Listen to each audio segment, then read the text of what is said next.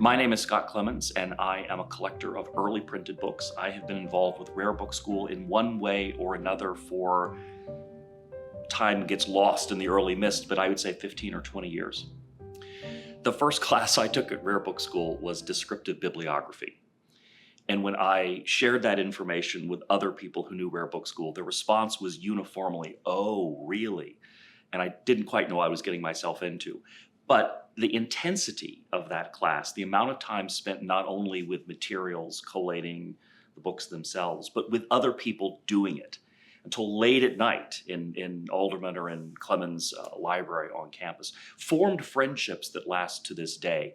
And I think of that now as almost sort of a Stockholm syndrome of being prisoners together for 4 or 5 late nights in a row. Just this week, we were reminiscing with a good friend about those nights wrestling with difficult collations under David Weitzel's watchful eye. Terry Ballinger has always struck me as evangelical in his zeal not only for bibliography and bibliographers, but for citizens of what I've come to think of as the Republic of Books. I have probably never met anyone in my life who is as extraordinary a connector as Terry is. I think he collects people and he collects relationships in as much as he collects all the wonderful things that he collects. I started off knowing Rare Book School as a supporter because of Terry, and then because when Michael took over the executive directorship. I have, though, over time, I'm on a board now, so I'm a trustee. I've given lectures at Rare Book School. I think in reality, though, my initial contact as a student is the one that lingers because I'm still a student at Rare Book School and kind of never give up that student approach to Rare Book School. The evolution has been remarkable, though, in the breadth of subject matter under consideration, to the degree that sometimes I look at a new catalog when it comes out and I think that would have never even crossed me as a field of bibliographical pursuit. And yet there it is, and good for Rare Book School for not only responding to the needs of the scholarly community, but identifying it in some cases before it even becomes mainstream. And then, of course, the geographic broadening of Rare Book School away from the campus at Charlottesville, away from the mothership, if you will, into other institutions in other parts of the world, not only highlights other collections, it makes it more accessible to other students, it makes it more accessible to other teachers. That's been the development, I think, of which I'm proudest as a trustee over the past 5 or 6 years, COVID notwithstanding, and I look forward to that continuing to broaden. I think we live in this republic of books. And it's a constellation, and there are institutions and organizations that contribute to it.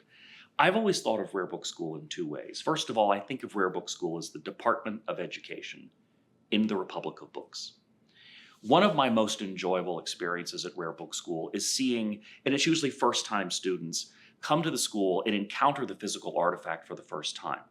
They may bring with them a tenure track position in history or English literature, something like that from some other institution. So they're accustomed to engaging with the intellectual content, but to see them engage with the physical content is a revelation. It's a revelation vicariously for me to see that happen.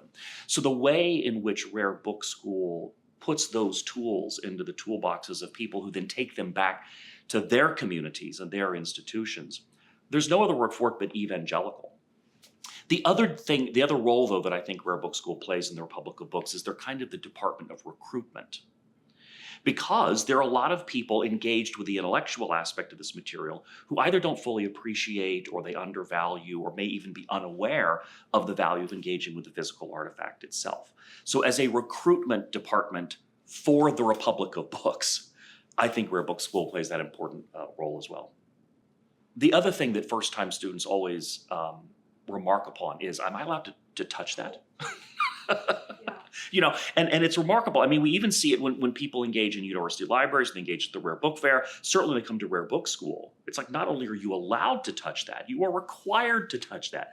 Touching it, smelling it even, don't taste it, but interacting with the items physically is part of what makes Rare Book School, the access to materials that otherwise people may not interact with on a regular basis.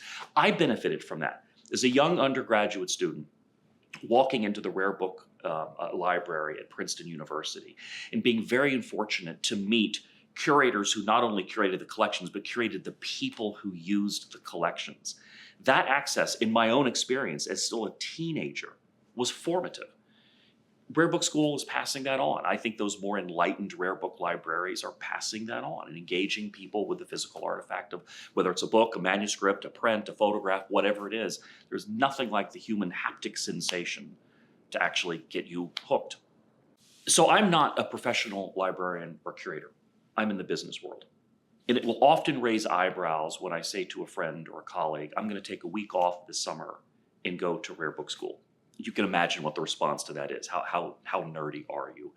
But then when I go into the details of not only the interaction with the physical artifacts themselves, but the kind of people you meet from walks of life I otherwise would never encounter. To me, that's the real secret sauce of Rare Book School.